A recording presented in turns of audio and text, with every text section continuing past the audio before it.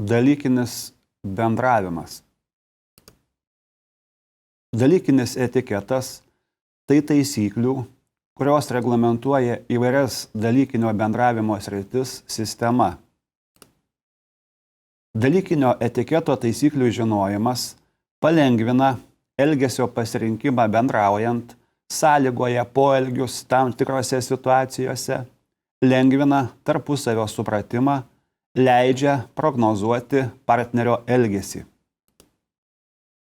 Skiriamos šios dalykinio etiketo funkcijos. Pirma, reglamentacinė.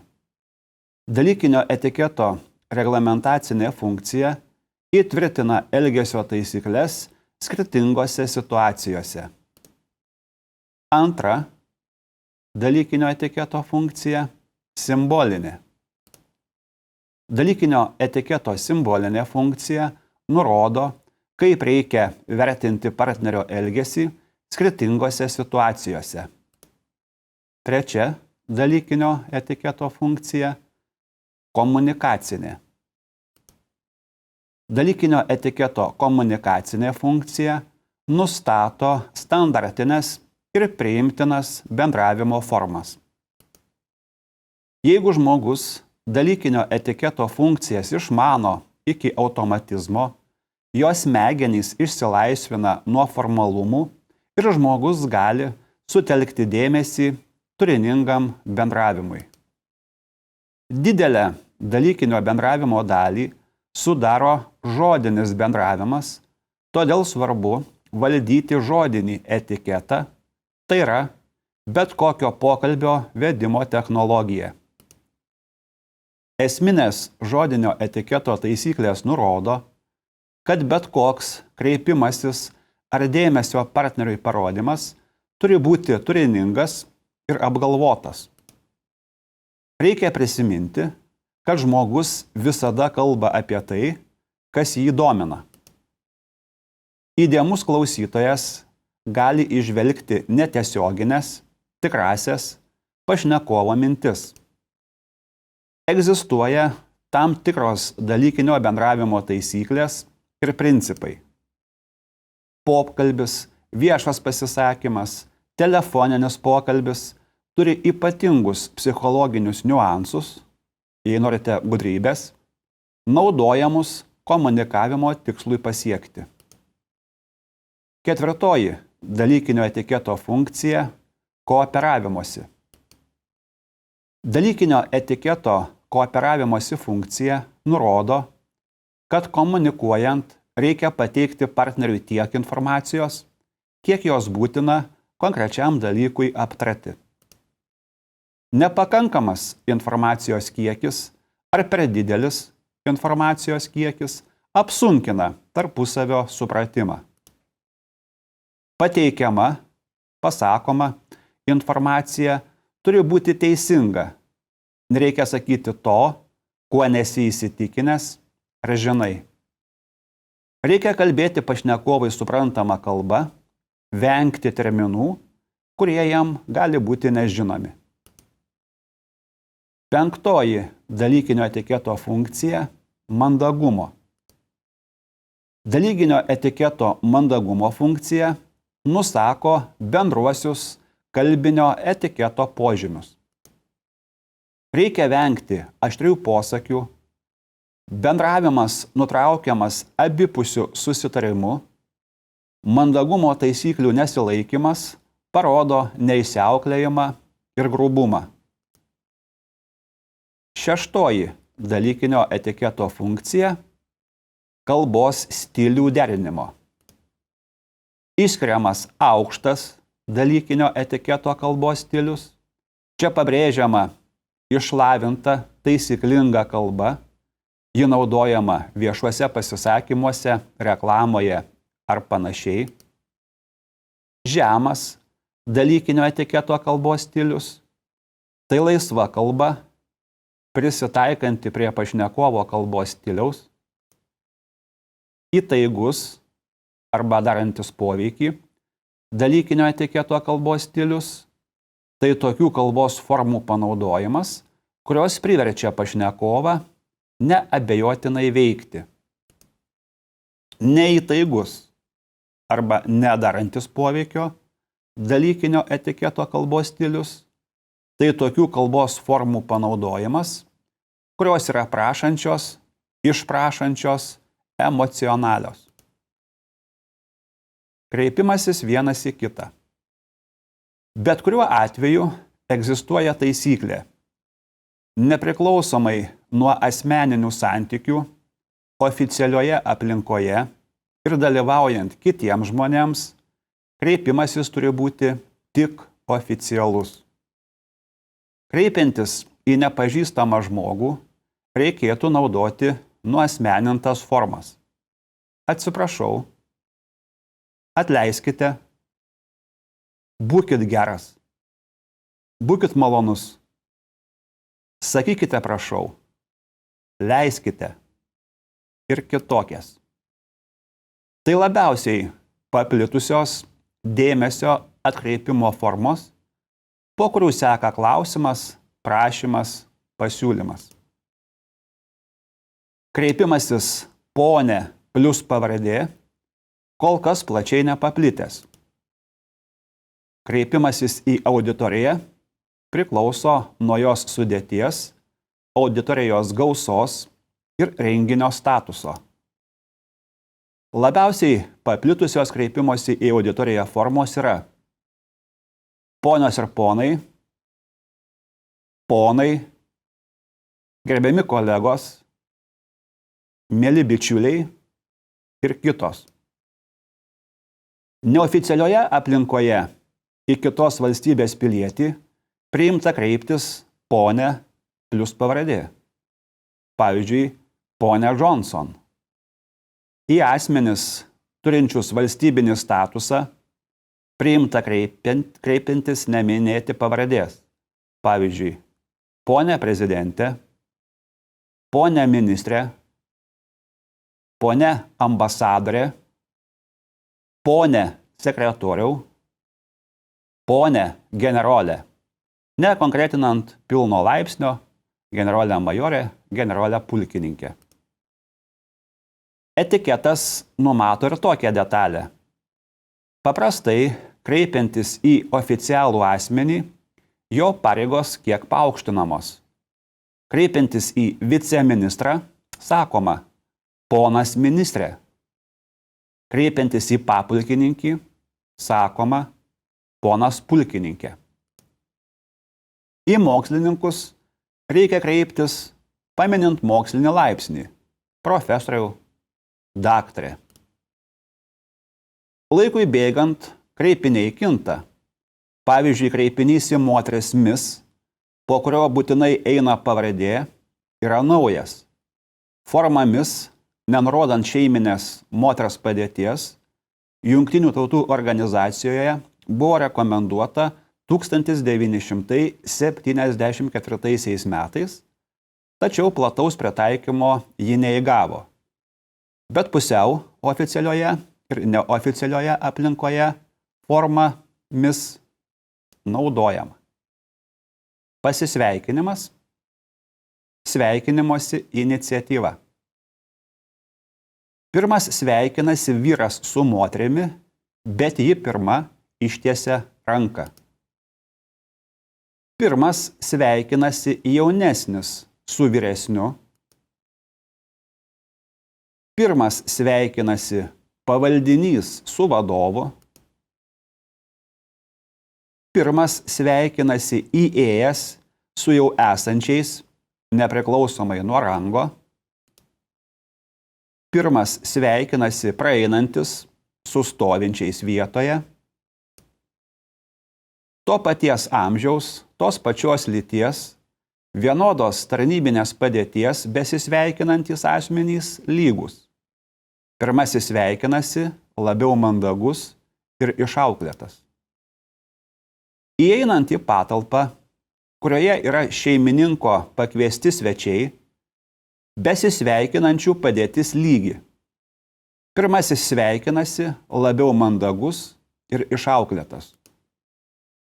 Įeinant į patalpą, kurioje yra šeimininko pakviesti svečiai, galima pasisveikinti su kiekvienu atskirai arba bendrai su visais. Prieinant prie stalo, už kurio jau sėdi svečiai, vėluojantis turi pasisveikinti su visais sėdinčiais atsiprašančių gestų, ranka prie krūtinės ir lengvas nusilenkimas. Užimant savo sėdimą vietą, dar būtina pasisveikinti su stalo kaimynais. Šiuo atveju paduoti pažįstamiems ranką, juolab per stalą, nepriimtina. Sėdintis vyras su dama ar amžiumi vyresniu asmeniu ar aukštesniu pareigose asmeniu sveikinasi būtinai atsistodamas. Jeigu jis sveikinasi su pro šalį praeinančiais asmenimis, su jais nesueidamas į kontaktą, tuomet atsistoti nebūtina, o pakanka tik kiek pasikelti nuo kėdės. Rankos paspaudimas. Rankos paspaudimui egzistuoja griežtos etiketo normos. Pirmoji ranka vyrui ištiesia moteris, vyresnis jaunesniam, viršininkas pavaldiniui, šeimininkė turi nepamiršti paspausti ranką visiems svečiams, kuriuos pasikvietė į savo namus. Elgesys sveikinimosi metu. Pasisveikindamas su pažįstama moterimi gatvėje, vyras turi kiek pakelti galvos apdangalą. Išimtį sudaro beretė ir žieminė kepurė. Jeigu pasveikinimas apima ir rankos paspaudimą, vyras nusimauna pirštinę. Moteris gali jos nenusimauti, išskyrus tuos atvejus, kai sveikinasi su žymiai vyresne moterimi. Kadangi plonos pirštinės, galvos apdangalas, šalikas, rankinė yra neatsiejama moters tualeto dalis. Sveikinantis labai svarbi laikysenos maniera. Nemalonų įspūdį sukuria besisveikinantis, kuris ištiesia dešinę ranką, kairę laiko kišenėje, o akis nukreipia į šalį arba tebetęsia bendravimą su kitais asmenimis. Tai parodo jo neįsiauklėjimą. Etiketo pažeidimų laikomi ir labai emocionalūs pasisveikinimai. Nereikia savo pažinčių demonstruoti kitiems ir sutelkti kitų dėmesį savo personai. Žodžiai, kuriais besisveikinantysis kreipiasi, visada turi būti pagarbus, draugiški ir geranoriški. Pasisveikinimas pilnai gali virsti dalykiniu pokalbiu ar pažinties užmezgimu. Kalbant, reikia taikytis prie pašnekovo amžiaus, lyties ypatumų ir tarnybinio statuso. Juk viršininko neklausi, kaip sekasi, o moteriai juk nesakysi. Jūs kažkaip netaip atrodote, gal jūs nesveikuojate. Beveik visada tokiu atveju pasiteisins teiginys. Malonu jūs matyti. Viršininkui galima pasakyti, kaip puiku, kad jūs čia sutikau. Rekomenduotina turėti savo sveiki. Tai yra tik jums būdingą pasisveikinimą. Tai daro jūs įsimenamu. Tai gali būti svarbi detalė tolimesniuose tarpusavio santykiuose. Pristatymas. Žinia, jaunesnis prisistato vyresniam, vyras moteriai. Tais atvejais, kai prieina tik jums pažįstamas žmogus, pirmiausia, jį reikia supažindinti su partneriu. Jeigu jūs nenorite to daryti, nueikite su juo į šalį. Susitikus su keletu nepažįstamų žmonių, galimi keli variantai. Jūs prašote jūs pristatyti iš karto visiems, jūs garsiai prisistatote iš karto visiems, jūs apeinate kompaniją ir prisistatote kiekvienam atskirai. Nedera būti bevardžiu. Egzistuoja du pažinčių būdai. Per tarpininką, prisistatymas nepažįstamam pašnekovui pačiam. Pristatant per tarpininką laikomasi pabrėžto pagarbos principo, kuris reikalauja, kad vyrą pristatytų moteriai, jaunesnįjį vyresniajam, visus tėvams nepriklausomai nuo amžiaus ir socialinės padėties, mažiau pažįstamą žmogų, labiau pažįstamam, įėjusįjį esantiems. Pristatymas per tarpininką. Kaip taisyklė, tarpininkas pirmiausia pristato svečią, kuriam bus pristatomas svečias, lankytojas ar naujas darbuotojas, o tik po to pristatomo asmens pavardė. Paprastai naudojama tokia klišė. Leiskite jūs supažindinti su. Gal leisite jūs supažindinti su. Tas, kuriam jūs pristato, turi atkreipti dėmesį. Nemandagu neparodyti suinteresuotumo. Tas, kurį pristatė, pasyvus asmuo. Jis laukia ištiestos rankos komplimento. Jeigu vieną pristato 2, 3, keliems asmenims, pristatymo metu pasako kiekvieno jų vardą. Šeimininkas privalo atėjusįjį pristatyti visiems ir atvesti jį prie asmens, kuris jau po to atlieka tarpininko vaidmenį. Oficialaus pristatymo metu, kai pristatomas asmuo atstovaujantis kokią nors instituciją, viena iš etiketo taisyklių yra pasakyti profesiją, padėtį, pareigas. Prisistatymas be tarpininko. Gero tono taisyklės nenumato prisistatymo be tarpininko, bet situacijos būna skirtingos. Galima panaudoti vieną iš šių formulių.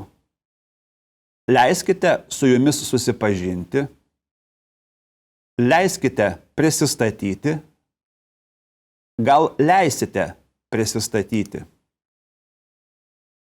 Jaunimo tarpe dažniausiai pristatoma ir prisistatoma vardu. Oficialiuose arba dalykiniuose prisistatymuose pasakomas vardas ir pavardė. Po prisistatymų seka dalykiniai komplimentai, tai yra žodžiai, kiek pervertinantys teigiamas pašnekovo savybės, turintys jam suteikti pasitenkinimą ir kuriais siekiama įgyti jo nuolankumą sau ar aptariamam klausimui. Bet kuriame komplimente turi būti didelė dalis tiesos. Komplimentai. Komplimentas skiriasi nuo pagiros ir pataikavimo. Pagirimas nukreiptas iš viršaus į apačią, pataikavimas nukreiptas iš apačios į viršų. Komplimentus galima sugrupuoti į 2 rūšis – pasaulietinius ir dalykinius. Pasaulietinis komplimentas – tai komplimentas žmogaus išvaizdai, komplimentas susijęs su žmogaus orumu, jis kaip taisyklė skirtas pažįstamiems žmonėms. Beje, reikia atskirti komplimentus adresuojamus moteriai ir vyrui. Pasakyti komplimentą moteriai paprasčiau. Galima pagirti jos išvaizdą, aprangą, kvepalus, papuošalus ir panašiai. Pasakyti komplimentą sudėtingiau vyrui. Galima apeliuoti į nuosavybę, protą, gabumus. Štai pagrindinės komplimento vyrui sritys. Komplimentas reikalauja nepaprastai didelio takto adresato atžvilgiu. Būsite labai netaktiškas, nepagiręs šeimininkų sveitingumo. Į pasaulietinį komplimentą būtina padėkoti. Dėkoju Jums, ačiū, Jūs labai dėmesingas. Atsakomosios replikos. Jūs man keršijate, tai tik komplimentas. Dalykinis komplimentas. Dalykinis komplimentas tai mandagumo tarp partnerių apsikeitimas. Man malonu Jūs matyti ar panašiai. Dalykinis komplimentas pradeda ir užbaigia dalykinius susitikimus ir pokalbius. Pagal protokolą tai abipusiai būtina procedūra.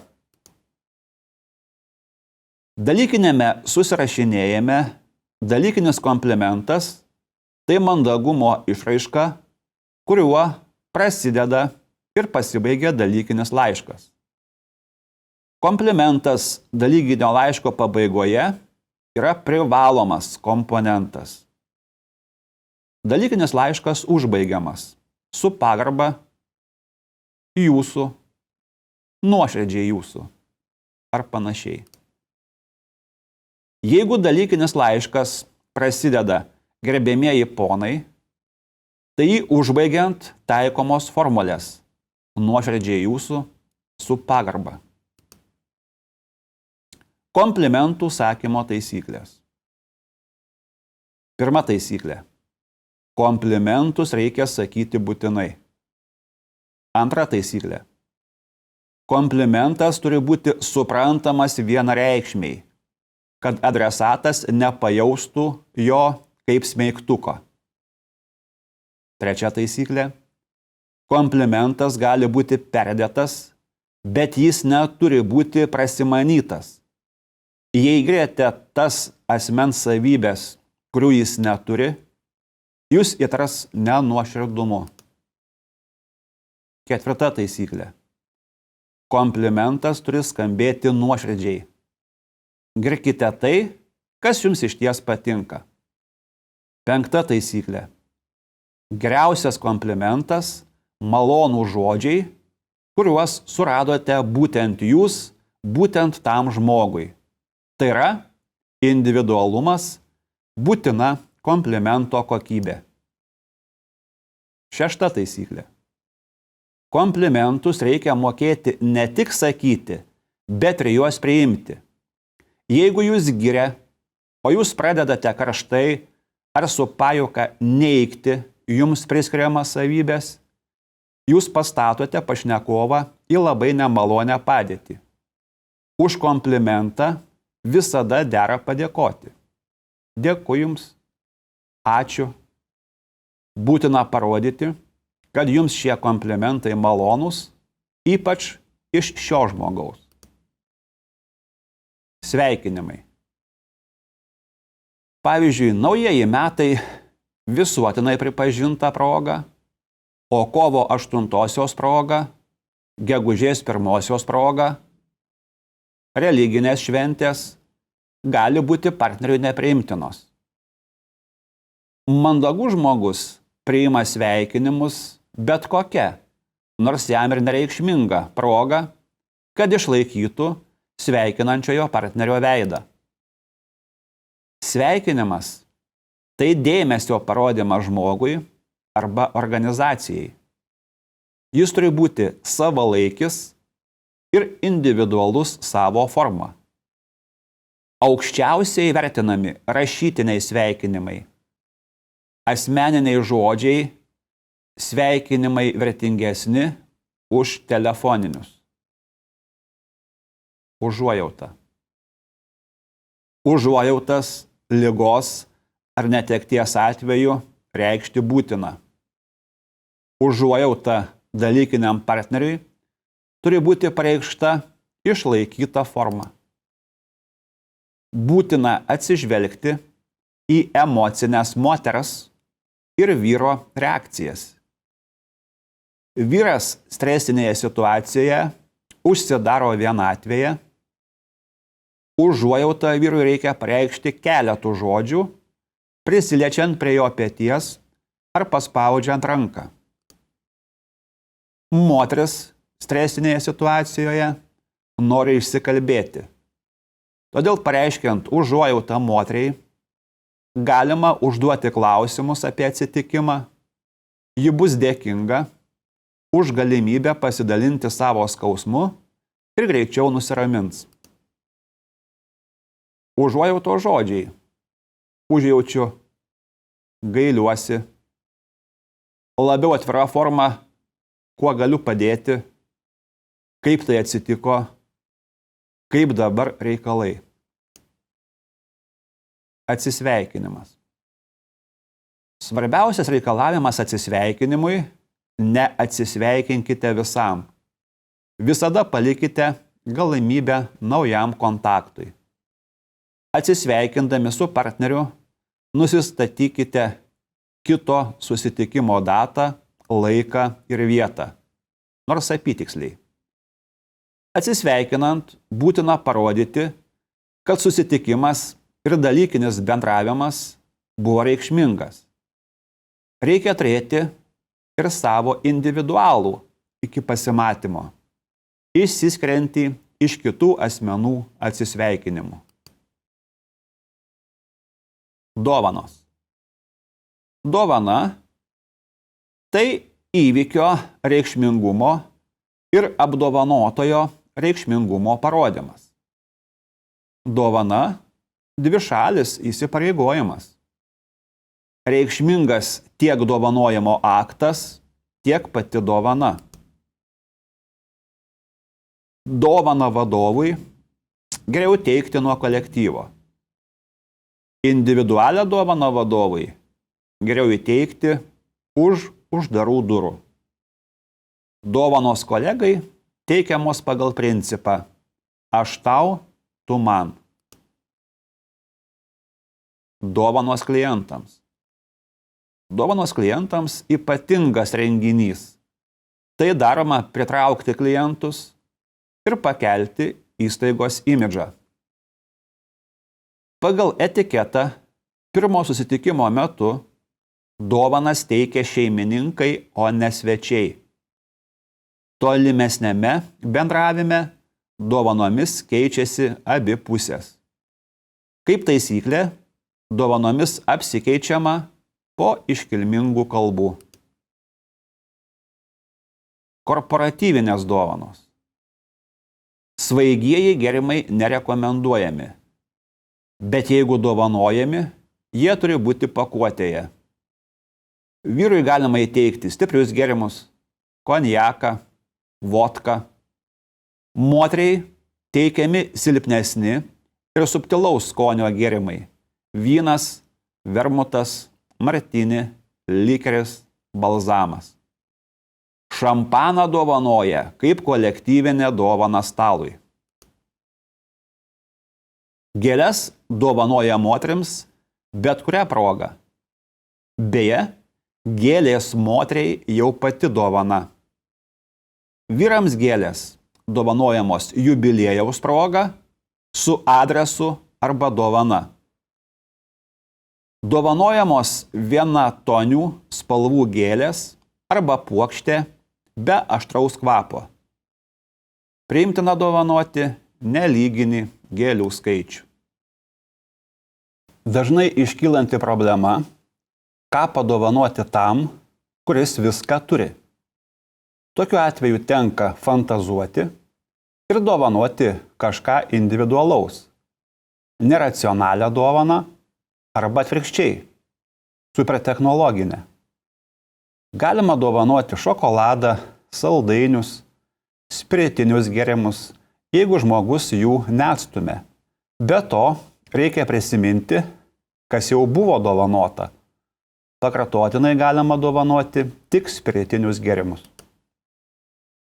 Dovanos kaina ir jos turinys turi atitikti įvykio, kurio proga ji teikiama svarbą ir žmogaus, kuriam ji dovanojama, statusą. Dovanojimo ir dovanų priėmimo etiketas. Gavęs brangią dovaną, žmogus pagal etiketo taisyklės turi padovanoti lygiavertę arba brangesnę dovaną. Jeigu gaudamas brangią dovaną, žmogus žino, kad lygiavertės dovanos jis įteikti negali, jam nedera tokios dovanos priimti. Dėkoju. Aš tokios dovanos negaliu priimti, priežastis neaiškinama. Tostai. Tostai gali būti sakomi po sutarčių, ketinimų protokolų pasirašymo arba atsisveikinant dalykinio susitikimo pabaigoje. Bendravimo per vertėją ypatumai. Vertėjas, kaip taisyklė, ne tik filologas, bet ir šalies, kurios kalbą jis moka žinovas. Vertėjas geriau geba sukurti glaudesnį kontaktą su užsieniečiu. Reikia tik jam netrukdyti tai daryti. Bendraujant per vertėją, reikia laikytis šių taisyklių. Kalbėti lėtai, tiksliai formuluojant mintis. Nedaleisti galimo dviprasmio minties traktavimo. Sakykite nedaugiau 1-2 sakinių iš eilės. Žinotina, kad vertėjas daugiau sakinių iš eilės tiksliai išversti nepajėgus. Negalima savo kalboje naudoti patarlių. Negalima cituoti eilėraščių. Pranešimo tekstas, kuris bus skaitomas susitikime su užsieniečiais, turėtų vertėjui būti perduotas prieš 2-3 dienas iki jo, kad vertėjas su juo galėtų iš anksto susipažinti. Reikia turėti omenyje, kad nėra vertėjo, kuris vienodai idealiai išmanytų ir verstų medicininę, techninę ar kitokią terminiją. Formalus dalykinis bendravimas, derybų vedimo taisyklės. Derybos tai dalykinis bendravimas, kurio tikslas pasiekti bendrą sprendimą. Dažnai manoma, kad derybos vedamos tam, kad susitarti. Iš esmės toks manymas tinkamas, bet ne visai. Derybų funkcijos. Pirma, informacinė komunikacinė. Jos esmė nėra pasiekti konkrečių sprendimų priėmimo. Tai greičiau ikiderybinė veikla, tai kontakto ir ryšio užmezgimas. Šios funkcijos pagrindinis uždavinys – apsikeisti informaciją ir nuomonėmis. Jis svarbi ne tik tikslui siekti, bet ir bendravimui. Antra funkcija – reguliacinė, kontrolinė, veiksmų koordinavimo. Šios funkcijos, skirtingai nuo informacinės komunikacinės funkcijos, realizuojasi priklausomai nuo nusistovėjusių kontaktų tarp partnerių. Paprastai, kai jau esti susitarimai, o derybos vedamos dėl anksčiau pasiektų susitarimų vykdymo. Sėkmingos derybos – tai visų pirma abipusiai naudingi sprendimai. Į derybas einama tada, kai arba vienašališkai problemos neįmanoma išspręsti, arba kai tai susiję su pernelyg dideliais kaštais. Derybos, taip ir kitos dalykinio komunikavimo formos reglamentuojamos dalykinio etiketo normomis. Derybų vieta nustatoma abipusių šalių susitarimu. Nustatant derybų laiką naudojama etiketinė norma, bet kuriuo jums patogiu laiku. Iš savo pusės mes siūlome šią dieną. Galutinio sprendimo teisė šiuo atveju paliekama kviečiamai į derybos šaliai. Optimaliausios deryboms dienos – antradienis, trečiadienis, ketvirtadienis. Idealiausias deryboms laikas – pusvalandis, valanda po pietų pertraukos, kada mintys apie maistą neblaško minčių apie derybinius reikalus. Visame pasaulyje priimta į derybas ateiti apsirengus dalykiniais kostiumais. Didžiulę svarbą turi dalyvių susodinimas už derybų stalo. Visame pasaulyje priimtina taip vadinama prezidentas komanda susėdimo schema. Svarbiausias svečias sodinamas prieš priimančios šalies vadovą. Dešinėje pirmas pavaduotojas, kairėje antras pavaduotojas ir taip toliau pagal rangą. Jeigu derybos vedamos per vertėją, jis sėdi vadovui iš kairės prieš antrą pavaduotoją. Kuo toliau nuo vadovo, tuo vieta laikoma mažiau garbinga. Todėl susodinimas reikalauja griežto atsižvelgimo į rangus.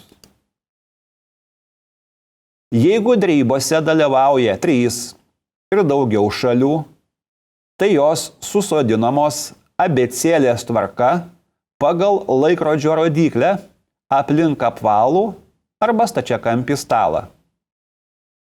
Derybose pirmininkauja paeiliui delegacijų vadovai pagal abėcėlę arba pirmajam posėdžiui pirmininkauja šeimininkas, po to pagal abėcėlę. Visame pasaulyje priimta taisyklė, kad svečių delegacija sėdi veidu į duris. Antra taisyklė – svečiai sėdi veidu į langus, vedančius į lauką, jeigu durys yra šone. Vedant derybas su užsieniečiais būtina atsižvelgti ir į nacionalinius jų elgesio ypatumus, papročius, tradicijas. Už stalo gali sėdėti žmonės, turintys skirtingą derybų patirtį. Jų skirtingas išsilavinimas, temperamentas, skirtingi ir bendravimo įgūdžiai. Derybų etiketų reikia vadovautis, bet sėkmingoms deryboms to nepakanka. Derybos tai bendra su partnerių veikla, kurių interesai dalinai sutampa ir dalinai skiriasi.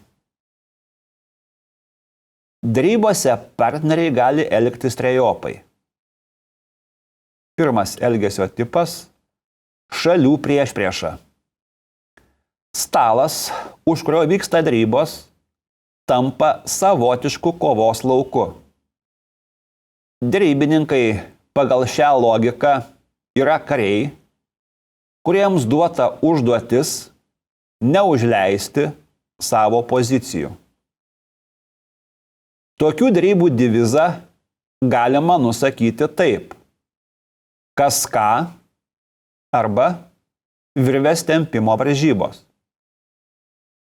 Kovos tikslas nuo konkrečių nuolaidų laimėjimo iki maksimumo iš derybų partnerio atkovojimas.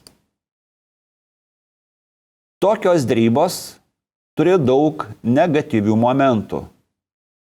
Derybininkai gali jaustis užguiti, tolimesnis bendradarbiavimas gali būti nebegalimas. Vienų laimėjimas derybose gali paskatinti partnerius atsirevanšuoti. Antras elgesio tipas, jį galima laikyti pirmojo priešingybę, šalys užima draugiškas pozicijas.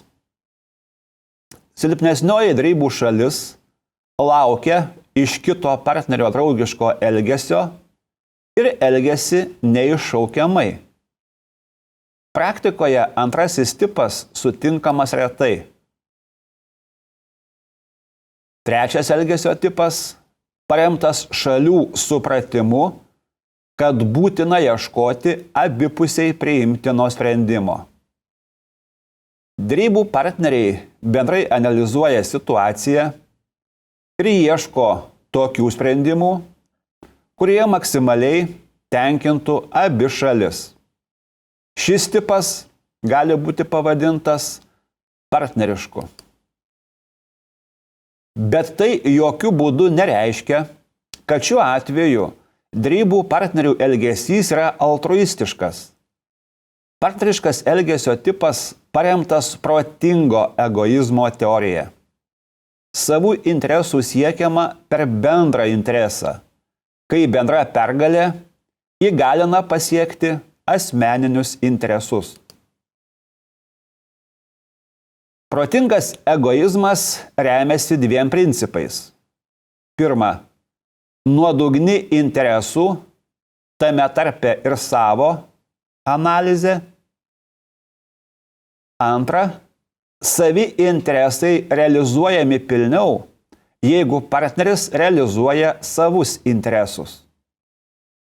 Šis būdas efektyvus, tačiau reikalauja iš partnerių abipusio pasitikėjimo. Tik atvėrus kortas galima realiai analizuoti situaciją. Bet atvirumas reikalauja saugoti komercinės paslaptis, todėl praktikoje grynus variantus retai sutiksime. Greičiau galima kalbėti apie derybų partnerių tam tikros orientacijos pasirinkimą. Galima tvirtinti, kad vis dažniau derybininkai renkasi bendradarbiavimo derybų variantą. Egzistuoja 5 principai, kurie gali pasitarnauti įvairiose situacijose. Pirmas principas – sutelkti pašnekovo dėmesį. Jeigu kalbantysis to nesugeba padaryti, jeigu partneris neklauso, kam išvis kažką sakyti. Antras principas – suinteresuoti pašnekovą. Kada partneris suinteresuotas derėtis, jis atidžiai klausys, kas jam sakoma. Trečias principas – detalaus pagrindimo. Sudomintą partnerį reikia įtikinti, kad jis pasielgs protingai, sutikęs su jūsų idėjomis ir pasiūlymais, kad tai atneš jo įstaigai naudą.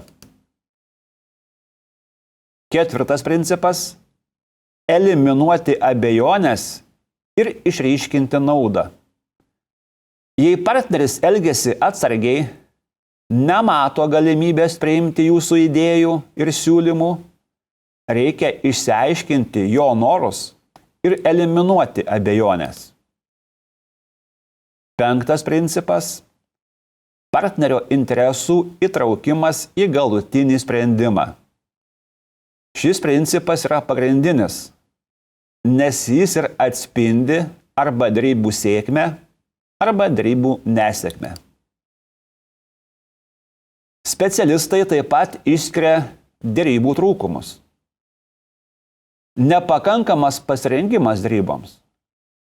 Partneris eina į darybas nepakankamai apsibrėžęs jų tikslo, sunkumo ir pasiekmių.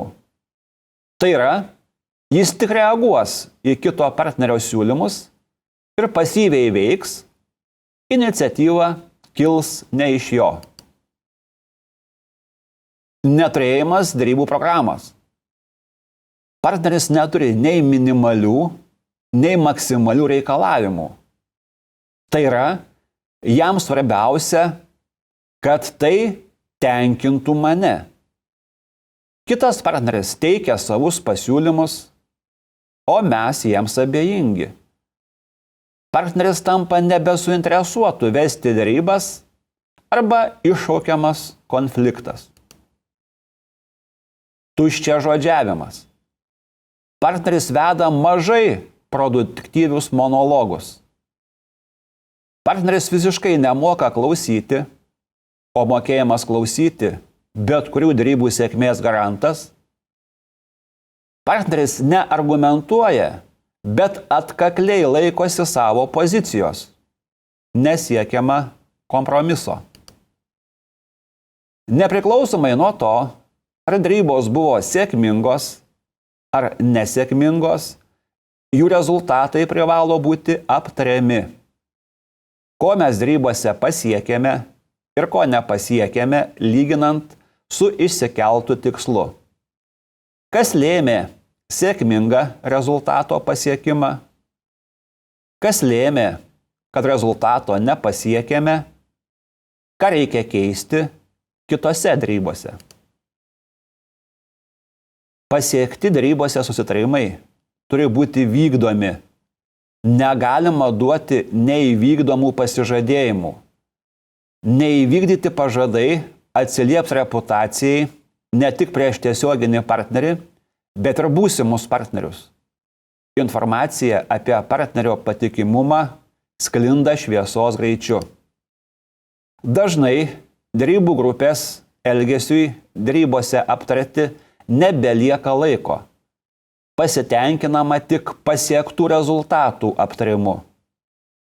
Kokiu būdu buvo pasiektas ar nepasiektas darybų tikslas, neaptariama iš viso. Toks darybų proceso analizės ignoravimas gali atsiliepti nesėkmingoms daryboms ateityje. Po darybų jos dalyviams būtina išsiaiškinti šiuos klausimus. Kokie veiksmai įgalino pasiekti teigiamų rezultatų darybose? Kokie darybose iškilo sunkumai ir kaip jie nebuvo įveikti? Kas nebuvo įvertinta rengiantis daryboms? Kokie netikėtumai iškilo derantis? Kaip darybose elgėsi partneris? Susirinkimas. Susirinkime dažniausiai dalyvauja vadovas su pavaldiniais, galimas ir specialistų iš šalies pakvietimas. Susirinkimui keliama eilė etinių reikalavimų tiek vadovo elgesiui pavaldinių atžvilgių, tiek ir susirinkimo dalyvių tarpusavio bendravimui. Etika reikalauja pavaldinius pakviesti į susirinkimą ne telefonu, ne per sekretorių, o oficialiu raštu. Pagarbą susirinkusiems apsprendžia ir susirinkimo vietos parinkimas, dalyvių komfortas, patogi vėdinama patalpa, geras apšvietimas. Skiriama keletas susirinkimų vedimo formų. Pirma forma – informacinis pokalbis. Kiekvienas dalyvis trumpai informuoja vadovą apie atliekamas, atliktas užduotis. Tai leidžia išvengti rašytinių ataskaitų rengimo ir suteikiama visiems dalyviams susipažinti su informacija apie tai, kas įstaigoje vyksta. Antra forma – kūrybinis susirinkimas. Susirinkime siekiama nustatyti perspektyvinės veiklos kryptis. Siekiama sugeneruoti naujas idėjas. Trečia forma – administracinis susirinkimas. Ketvirta forma – finansinis susirinkimas. Penkta forma – kadrų susirinkimas. Amerikiečių psichologai dar išskiria diktatoriškus susirinkimus, autokratiškus susirinkimus, segregatinius susirinkimus, diskusinius susirinkimus, laisvos formos susirinkimus. Diktatoriškame susirinkime vadovas paprastai praneša pavaldiniams apie administracijos priimtus sprendimus, supažindina pavaldinius su nurodymais tolimesniai jų veiklai. Pavaldiniai gali užduoti klausimus, tačiau diskusija nevyksta. Pakviestieji neturi teisės diskutuoti. Segregatinis susirinkimas susideda iš vadovo ar kito jo paskirto asmens pranešimo. Dalyviai diskusijose dalyvauja tik gavę nurodymą. Demokratiškiausia susirinkimų vedimo forma yra diskusinis susirinkimas. Vyksta laisvas nuomonių apsikeitimas, po kurių sprendimas priimamas bendrų balsavimu. Arba priimamas sprendimas nebalsuojant, o bendru pritarimu. Negalima diskusijos paversti konfliktu. Ginče reikia ieškoti sąlyčio taškų. Tai nereiškia savo nuomonės atsisakymo, bet kartais naudinga ir suabejoti savo nuomonės teisingumu. Diskusijose priimti sprendimą įmanoma tik tokiu atveju, jeigu visiškai įsigilinti į oponuojančiųjų nuomonės. O tai reiškia, kad būtina uždavinėti klausimus. Gebėjimas juos užduoti – tai mokėjimas dalykiškai bendrauti. Sprendimo radimui geriausia uždavinėti atvirus klausimus. Kas, kur, kada, kaip, kodėl, į kuriuos negalima atsakyti taip arba ne. Jeigu tenka mintis konkretizuoti, tai galimi ir uždari klausimai. Galimi veidrodiniai klausimai, užduodami tam, kad atskleisti tikrąją išsakytos minties prasmę. Pavyzdžiui, buvo pasakyta frazė, kad gauti finansavimą būtina kreiptis į ministeriją. Klausimai: į ministeriją? Arba kad gauti finansavimą? Estafetiniai klausimai. Skirti palaikyti ir pratęsti dialogą. Pavyzdžiui, jums sako: mes palaikome projektą X. Jūs: kodėl jūs X projektą laikote geriausiu? Retoriniai klausimai. Jie skirti pritraukti pašnekovo dėmesį problemai, bet ne jos sprendimui. Galimi lūžio klausimai. Tai klausimai visai apie kitą. Jų pagalba stengiamasi pakeisti pokalbio turinį ar eigą. Kontroliniai klausimai. Jie naudojami tam, kad išsiaiškinti, ar jūs partneris supranta. Pavyzdžiui, Ką jūs apie tai galvojate? Ar jūs taip pat manote, kaip ir aš? Nukreipiamieji klausimai. Jie naudojami tada, kai jūs nenorite pašnekovui leisti vystyti nepageidaujamą pokalbio temą.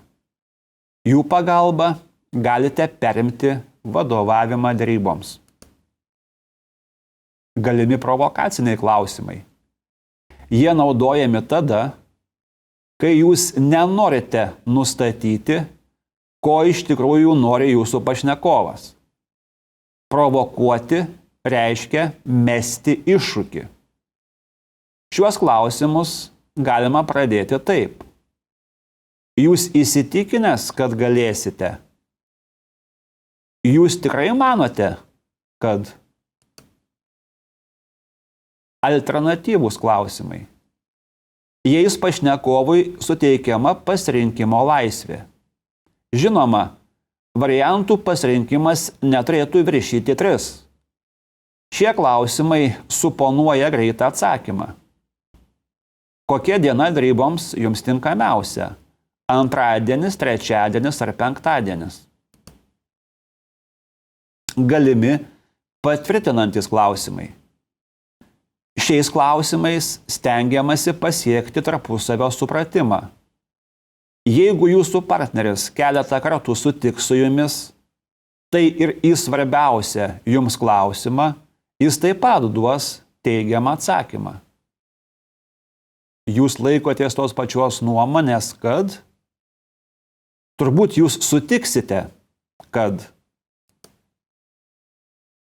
Priešiniai klausimai. Šiais klausimais stengiamasi susiaurinti derybų lauką. Derybų partneris privedamas prie galutinio sprendimo priėmimo. Galimi supažindinamieji klausimai.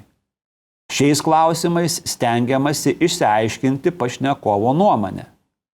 Tai atviri klausimai, reikalaujantis visapusiško atsakymo. Kokio efekto jūs laukiate, jeigu bus priimtas šis sprendimas? Orientaciniai klausimai. Šiais klausimais stengiamasi išsiaiškinti, ar pašnekovas tebesilaiko prieš tai išsakytos nuomonės. Kokia jūsų nuomonė šiuo klausimu? Kokios išvados jūs priėjote?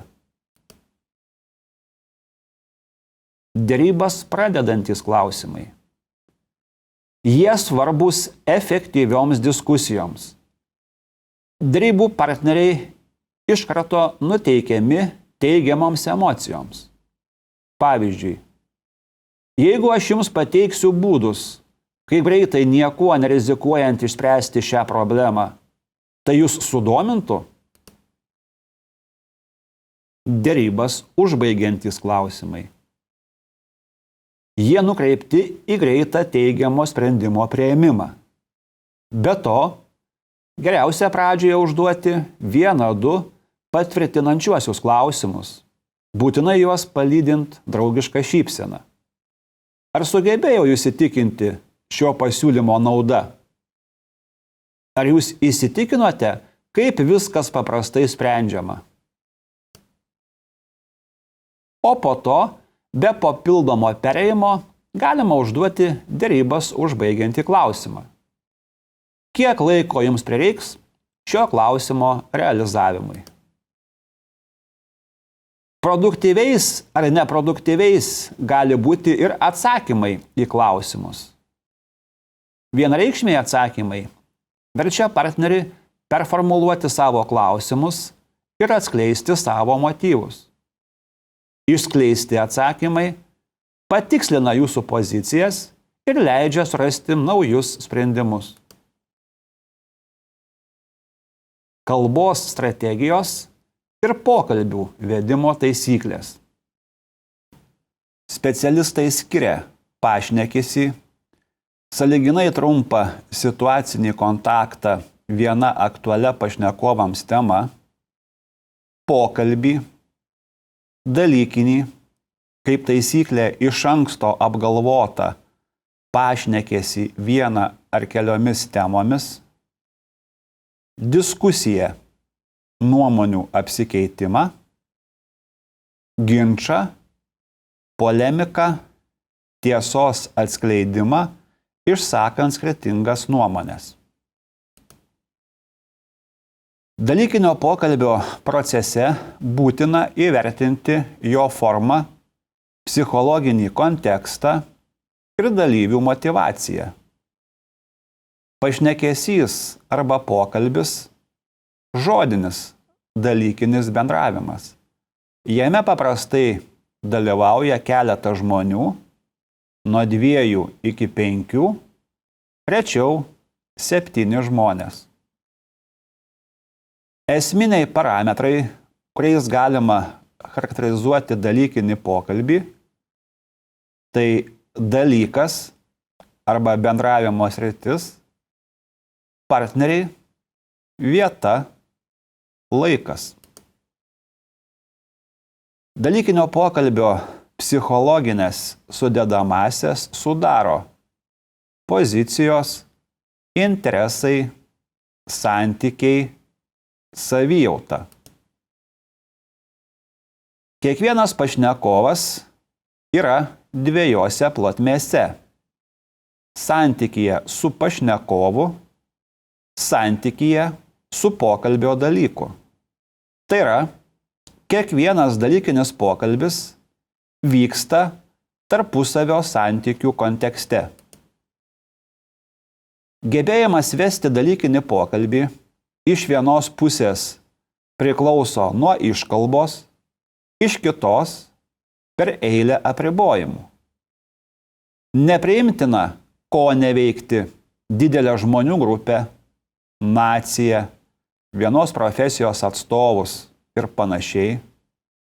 Nepriimtina aptarinėti kitų žmonių fizinius trūkumus – storas, plonas, ilgas ir panašiai. Nepriimtina atskleidinėti turimų žinių apie pašnekovą. Nepriimtina girtis, jeigu apie tai neklausiama. Nepriimtina girtis pažintimis ir tai viešai demonstruoti. Negalima pašnekovo pertraukinėti. Negalima veide rodyti nuobodulio, netgi jei iš tikrųjų nuobodu. Nepriimtina kalbėti, neleidžiant į pokalbį įsitrepti pašnekovui. Nepriimtina liesti politinių temų ir ilgai jomis diskutuoti. Nepriimtina žmonių klausinėti apie jų amžių, tikėjimą, pajamas, finansinę padėtį, jų rūbų, papuošalų kainas. Nepriimtina aptarinėti savo ir kitų asmeninį gyvenimą, problemas, ligas. Jeigu jums užduoda klausimą, į kurį jūs nenorėtumėte atsakyti, kalbos tonas neturi būti spontaniškai pakitęs. Kalbėti reikia nesikarščiuojant, neįtikinėjančiai, be perdėjimų ir egzaltacijų. Kaip? Jūs dar nesate buvęs Kanaruose? Kalbant, svarbus kalbos garsumas. Kalbėti tiek labai garsiai, tiek labai tyliai laikoma nepadoru. Kalbant reikia stengtis, kad pašnekovai sutartų keletų klausimų. Tuomet sunku bus prikaišioti kito nuomonės primetimą. Negalima kategoriškai sakyti ne. Geriau naudoti taip, bet sutikti, kad pašnekovo argumentacijoje yra daug tiesos, tačiau jei pašnekovas linkęs sutikti su jūsų nuomonė, bet nesąmoningai šią idėją prisiskyrė savo, atiduokite ją.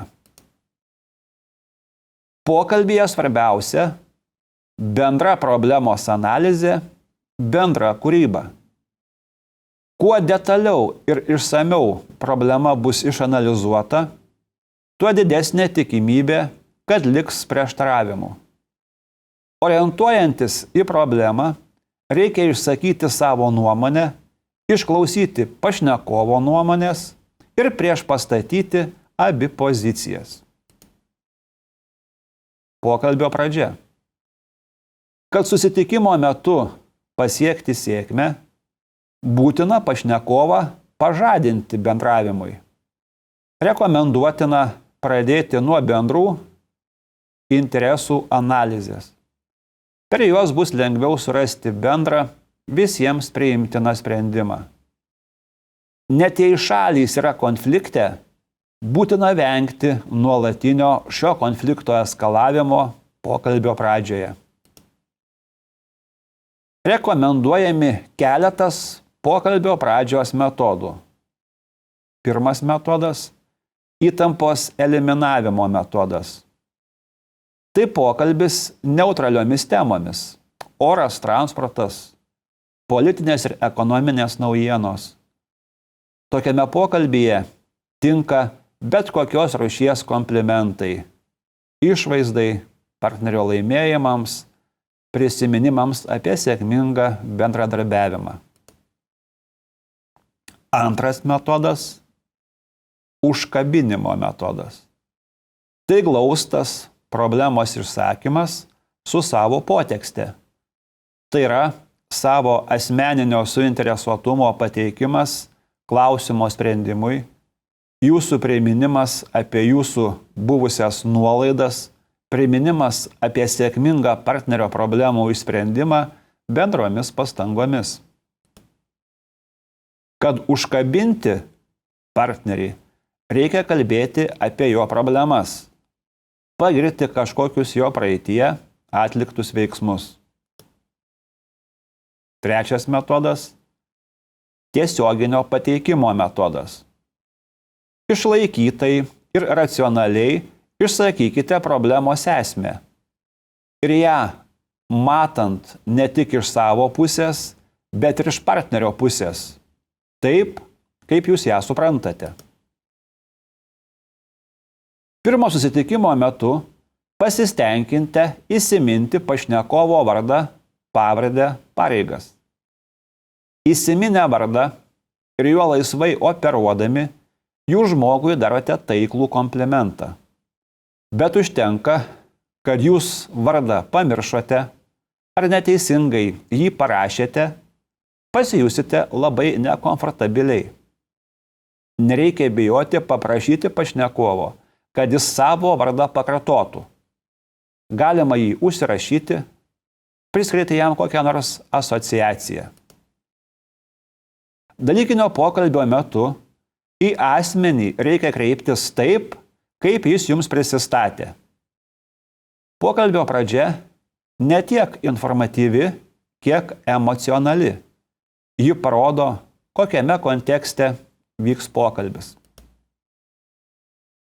Keletas klaidų trukdančių bendravimui. Pirma klaida.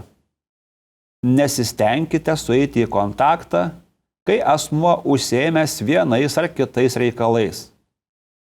Pradėti pokalbį reikėtų žodžiais. Ar jums neatrodo, ar jūs negalėtumėte, o ne nuo žodžių aš, mano.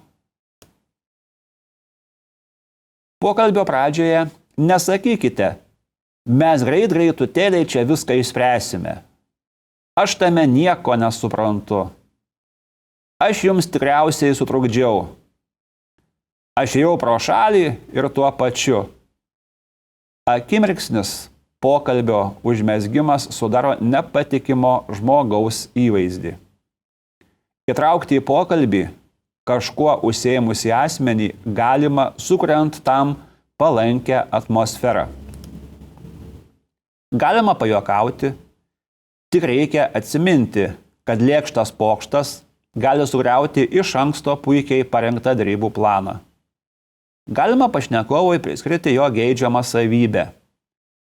Žinodamas jūsų pastangas, jūs toks atkaklus, jūsų patirtis nepaprastai svarbi šios problemos sprendimui. Galima panaudoti atgalinio ryšio techniką. Aš teisingai supratau, kad jūs vadinasi galvojate, kad tokios frazės pašnekovui leidžia aiškiau suformuluoti savo mintis. Pokalbio palaikymas ir vystymas. Po pozicijų išsiaiškinimo pašnekovai detalizuoja susitarimą. Tokia dvilaiptė pokalbio eiga leidžia taupyti laiką. Žinoma, pokalbyje galimi nesutarimai ir pastabos, nesutikimas. Todėl verta periodiškai dalinai sutikti su partnerio nuomonė. Jei pašnekovas nuolat priešinasi, pagalvokite, kodėl jis taip elgiasi. Dažniausiai tokį elgesį sąlygoja: pirma, gynimasis nuo naujovių, nežinomybės, nuo to, kas atrodo nepatikima ar net pavojinga. Antra, sportinė pozicija. Siekis nugalėti bet kurią kainą, noras įrodyti, kad aš stipresnis. Trečia, situacijos šeimininko vaidmuo, kuris psichologiškai neleidžia nusileisti. Ketvirta, kitoks požiūris į svarstomą problemą. Penkta, nesutikimas. Šešta, tolimesnių planų taktika. Nepradėkite nuo to, kad partnerį įtikinti. Paprašykite paaiškinti savo poziciją. Nespauskite, negrasinkite. Pokalbiui reikia parinkti paprastus, visiems suprantamus žodžius. Bet šie žodžiai turi aiškiai išreikšti jūsų mintį. Kuo labiau pašnekovai suprantama jūsų mintis, tuo didesnė tikimybė, kad bus pasiektas teigiamas rezultatas. Neretai protingą kalbą gadina žodžiai parazitai, patarlės, priežodžiai, pranuoti žodžiai. Būkite mandagus, draugiškai nusiteikęs, diplomatiškas ir taktiškas. Įvertinkite pašnekovo argumentus, net jeigu jie jums pasirodys silpni. Niekas taip neigiamai nepaveikia dalykinio pokalbio, kaip nepagarbus žestas, reiškiantis, kad viena šalis atmeta kitos šalies argumentus. Vokiečiai išpučia žandus, anglai atlošia galvą ir kiek suapvalina akis, prancūzai beldžia pirštu į stalą, lietuviai laiko rankas kišenėse. Pokalbio pabaiga. Pokalbio pabaiga reikalauja ypatingo dėmesio. Pokalbio pabaiga turi būti ryški, argumentuota ir konkreti. Susitikimas pasiekė užbaigimo stadiją, jeigu pokalbis nukreiptas į siektą tikslą. Jeigu tema išsemta, tačiau baigiamoji stadija dėl kažkokių priežasčių užsitęsia, naudojamas pagreitis. Ir taip priimkime sprendimą. Suveskime rezultatus. Jeigu nepasiseka priimti galutinio sprendimo, galima suformuluoti sąlyginį. Su sąlyga jeigu, tarkime, kad jeigu jūs sudomino mūsų pasiūlymai, šiais atvejais pašnekovas yra priverstas priimti sprendimą tik daug švelnesnę formą, kaip taikant tiesioginį pagreitį. Gali būti pasiūlytas ir poetapinis sprendimų priėmimas. Galimi ir alternatyvų sprendimai. Pavyzdžiui, kas jums geriau? Užbaigiant, reikia pakartoti galutinius susitarimus, sprendimus. Kartais derybas reikia užbaigti atsisakymu, bet jis neturėtų būti aštrus. Mandagaus atsisakymo formos gali skambėti taip. Būtinai prie šio klausimo dar grįšime. Mums reikia dar kartą viską nuodugniai apsvarstyti. Mes perspektyvoje šį klausimą peržiūrėsime. Atsisveikinimas turi vykti mažorinė nata, nepriklausomai nuo pasiektų, nepasiektų rezultatų. Jeigu ir neprieita prie bendro sprendimo, vis vien reikia pasakyti: aš manau, kad jau daug padaryta. Aš žinau, kad aš jūs supratau ir jūs mane taip pat. Tegul tai bus mūsų kito pokalbio pagrindas. Aš įsitikinęs, kad mes rasime išeitį. Rekomenduojama iš anksto išmokti keletą pokalbio pabaigų.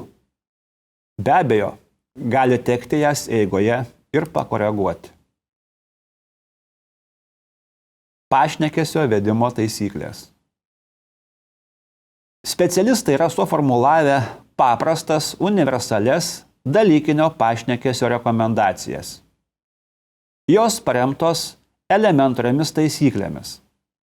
Bet kurio dalykinio pašnekesio metu žmogus turi meniškai prisitaikyti prie partnerio, nesvarbu, dalykinį ir asmeninį pokalbį jis ves. Tai taisyklė šios. Pašnekesio pradžioje ir pabaigoje turi būti tik teigiamos frazės. Visada prisiminkite partnerį pokalbiui stimuliuojančius motyvus, jo lūkesčius, stiprybės, poziciją, jo savigarbą.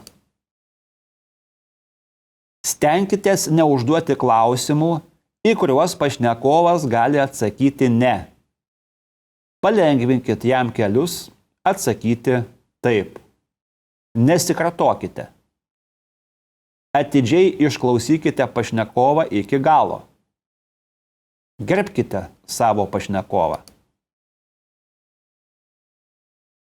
Viešas pasisakymas, prezentacija. Daugelis žmonių išgyvena didžiulę baimę prieš auditoriją. Kad šią baimę nugalėti, būtina susikurti savo apsauginį psichologinį nusiteikimą. Pirma baimė. Aš nemoku kalbėti. Apsauga. Mokykitės. Geriausia tai daryti sakant tostus pažįstamų kompanijose. Palaipsniui įgusite, įgausite įgūdžių ir baimė dings. Antra baimė. Aš nesugebėsiu. Apsauga. Pasiruoškite ir įtikinėkite save, kad jūs gerai pasiruošėte. Trečia baimė. Bijau, kad jiems bus neįdomu. Apsauga. Rinkitės pranešimui tinkamą temą ir tikėkite, kad tai, ką jūs sakysite, yra svarbu ir kad jūs šiuo klausimu nusimanote. Ketvirta baimė. Jiems nepatiks. Apsauga.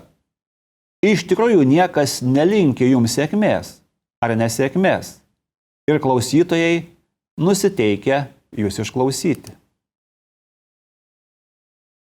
Penkta baimė. Man vėl nepasisekė. Apsauga. Tai nutinka visiems. Kitą kartą pasiseks. Bet reikia išanalizuoti nesėkmės priežastis. Egzistuoja keletas būdų pasiruošti pasisakymui. Pirma.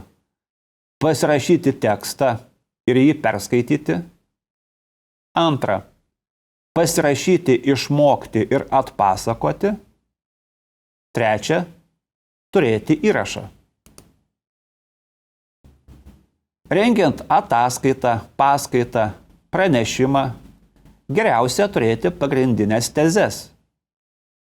Oratoriaus kalba mitinge ar jubiliato sveikinimo kalba priimama palankiausiai, jei sakoma be popierėlio. Būtina atrepetuoti žvalę išvaizdą, stovėti tiesiai, bet nesusikauščius. Nesislėpti už tribūnos ar stalo, šypsotis arba būti rimtam priklausomai nuo aplinkybių. Galima prieš auditoriją judėti, bet nestypčioti. Nedera kalbėti auditorijai atsukus nugarą. Jei kažką reikia parašyti ant lentos, darykite tai tylėdami. O parašę ir atsisukę į auditoriją, pateikite paaiškinimą. Šiuolaikinės prezentacijos priemonės suteikia galimybę nenusisukinėti nuo auditorijos. Būtina iš anksto pasimokyti, kaip jomis naudotis. Oratorius turi kalbėti aiškiai ir konkrečiai. Kalbant, sakinys nepradedamas nuo įvardžio aš. Nors kartais šis įvardis naudojamas siekiant atkreipti auditorijos dėmesį. Neaiškia kalba, netinkamą elgesį auditorija nesąmoningai priima kaip nepagarbą jai. Oratorius vertinamas kaip nekompetentingas. Vieši pasisakymai vertinami pagal problemiškumą, argumentus, aktualumą, pateikiamumą, logiškumą, kompetenciją, emocialumą, punktualumą. Auditorijos dėmesio sutelkimas pristatymo pradžioje. Nuomonių priešpastatymas. Šią problemą išspręsti galima dviem būdais. Dienraščių, e-laikraščių antraščių skaitimas. Paskaitykite šiandieninį Delfi. Dramaturgija. Įsivaizduojate, einu aš vakare, neformalaus elemento įnešimas. Mano žmona paprastai sako,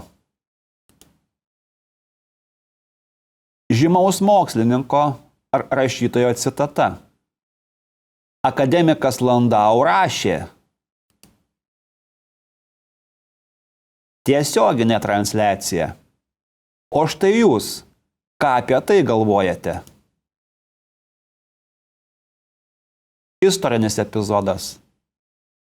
Kartą Napoleonas. Šie būdai gali būti panaudoti tiek pasisakymo pradžioje, tiek ir pabaigoje, siekiant kalbai suteikti didesnį svorį.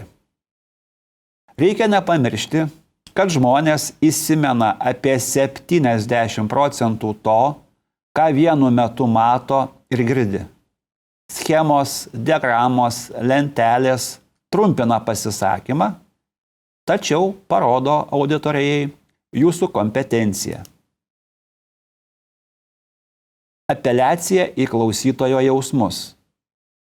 Sako, jeigu nori, kad auditorija pravirktų, pravirk pats.